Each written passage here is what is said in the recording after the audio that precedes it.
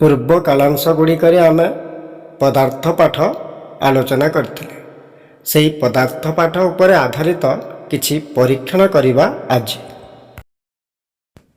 ପ୍ରତ୍ୟେକ ପଦାର୍ଥ ଗୋଟିଏ ଅବସ୍ଥାରୁ ଅନ୍ୟ ଅବସ୍ଥା ପ୍ରାପ୍ତ ହୋଇଥାଏ। ଏହି ପ୍ରକ୍ରିୟାକୁ ପଦାର୍ଥର ଅନ୍ତରୂପାନ୍ତରଣ କୁହାଯାଏ।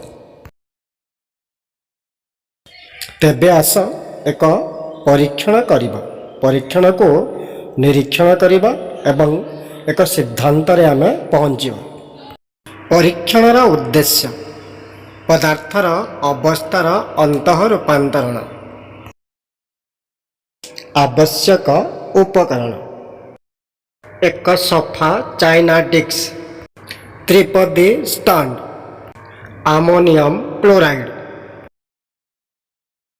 ବର୍ଣ୍ଣର, ଏକ କାଚ ଫନେଲ, ସଫା କପା, ତାର ଜାଲି।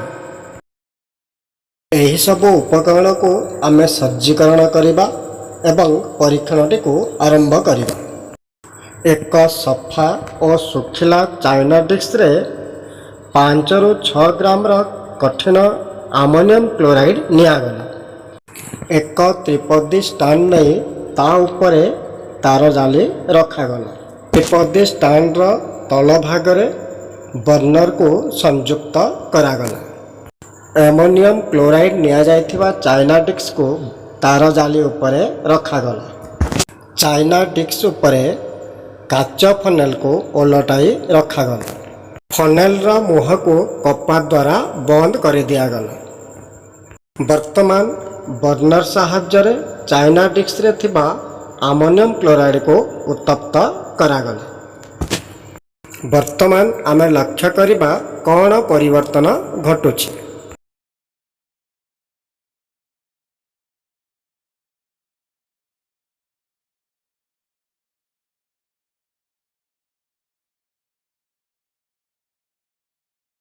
ପାଞ୍ଚ ମିନିଟ୍ ଉତ୍ତପ୍ତ କଲା ପରେ ଦେଖାଗଲା ଯେ ଫନେଲ ଭିତରେ ଏକ ଗ୍ୟାସ୍ ପୂର୍ଣ୍ଣ ହୋଇଛି। କଠିନ ଆମୋନିୟମ କ୍ଲୋରାଇଡ୍ ଉତ୍ତପ୍ତ ହେଲା ପରେ ତରଳ ଅବସ୍ଥାକୁ ଆସିନାହିଁ, ସିଧାସଳଖ ଗ୍ୟାସୀୟ ଅବସ୍ଥା ପ୍ରାପ୍ତ ହୋଇଛି।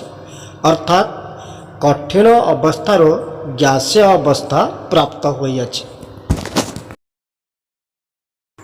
ଏହି ପରୀକ୍ଷଣରୁ ଜଣାଗଲା ଯେ କେତେକ କଠିନ ପଦାର୍ଥ ତାପ ପାଇଲେ ତରଳ ଅବସ୍ଥାକୁ ନ ଆସି ସିଧାସଳଖ ଗ୍ୟାସୀୟ ଅବସ୍ଥା ପ୍ରାପ୍ତ ହୋଇଥାନ୍ତି। ଏ ପ୍ରକାର ପଦାର୍ଥକୁ ଉଦ୍ବାୟୀ ପଦାର୍ଥ କୁହାଯାଏ।